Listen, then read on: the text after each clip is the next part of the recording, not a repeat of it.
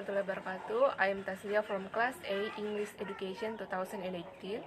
This time, I will explain 5 hypotheses about how adults acquire and learn a second language based on experimentation and observation. Well, let's talk about the first hypothesis, that is the acquisition learning hypothesis.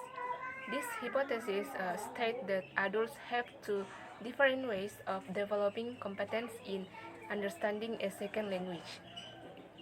The first way is through language acquisition, by using language for real communication.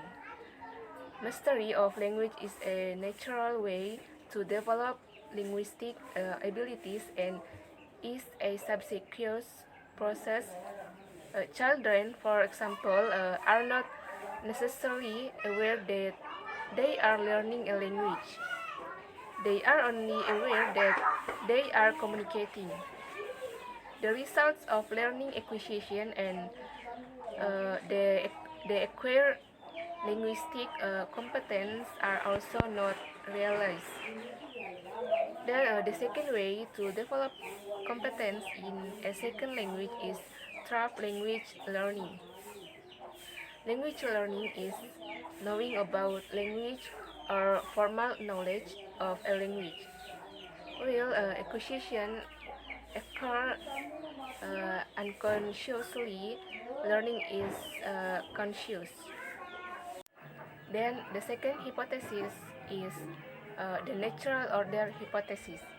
This hypothesis states that in learning a second language, the grammar structure will be obtained based on a predictable order.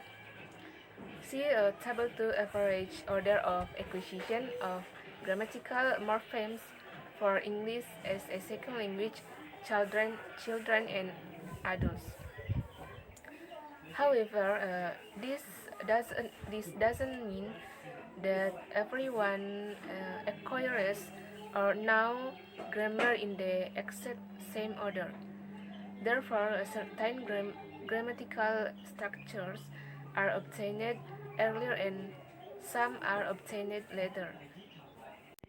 Next, the third hypothesis is the monitor hypothesis. This hypothesis states that a person's language knowledge obtained by learning can only function as a monitor or editor. Therefore, no matter how good a person's grammar knowledge, without practice, will not be able to speak fluently because this grammar knowledge only function as a monitor or editor who corrects and ensure that the sentence to be pronounced is correct. There are three conditions for applying the monitor hypothesis in the newly studied system. The first is time. Second language learners need sufficient time to remember their previous knowledge and apply it communicatively. Students need to think consciously about the rules they have learned. And the second is focus on form. It is also important to be aware of the way we communicate, the form and not just the meaning we want to express. And the third is know the rules. Second language learners must know the rules of the target language in order to communicate in an effective way.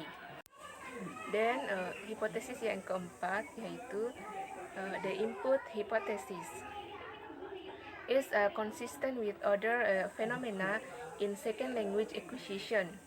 It helps to explain what might be called a period of silence in informal second language acquisition. The idle period may be the time during which the acquirer builds competence by listening actively draft input.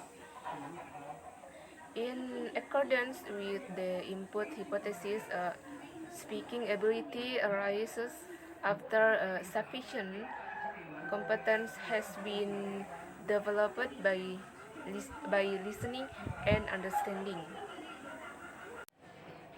Next, hipotesis kelima yaitu the affective filter hypothesis. This hypothesis states that the attitude variables related to success in mastering second language are generally directly related to language acquisition, but not necessarily with language learning. The lower a person's affective filter, the easier it will be to acquire a second language.